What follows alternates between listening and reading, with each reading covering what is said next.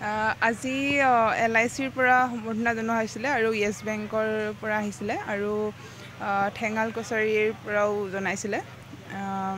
ৰাতিপুৱাৰ পৰা চলি আছে আৰু ভাল লাগিছে যে তেওঁলোকে সকলোৱে মোৰ ওপৰত আশা কৰিছে আৰু এনেদৰে মৰম চেনেহ আগবঢ়ালে আৰু বেছি মটিভেশ্যন হয় যে আৰু ভাল কৰিবৰ কাৰণে।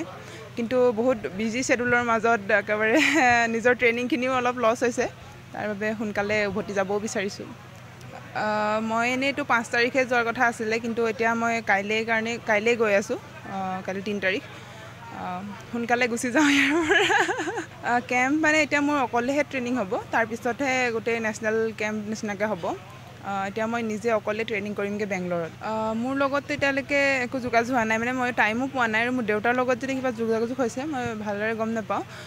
কিন্তু দেউতাই কৈছে যে সোনকালেই চাগে আৰম্ভ হ'ব আৰু মই ভাবোঁ যে যিমান সোনকালে আৰম্ভ হয় সিমান সোনকালে ভাল হ'ব, কাৰণ ল'ৰা ছোৱালীবোৰ আহিছে ক'ত কেনেদৰে ট্ৰেইনিং কৰিম সোধে, কিন্তু এনেকুৱা কোনো জেগা নাই এতিয়ালৈকে য'ত ট্ৰেইনিং কৰিবৰ কাৰণে মই ইয়াতে যোৱা বুলি ক'ব পাৰিছোঁ।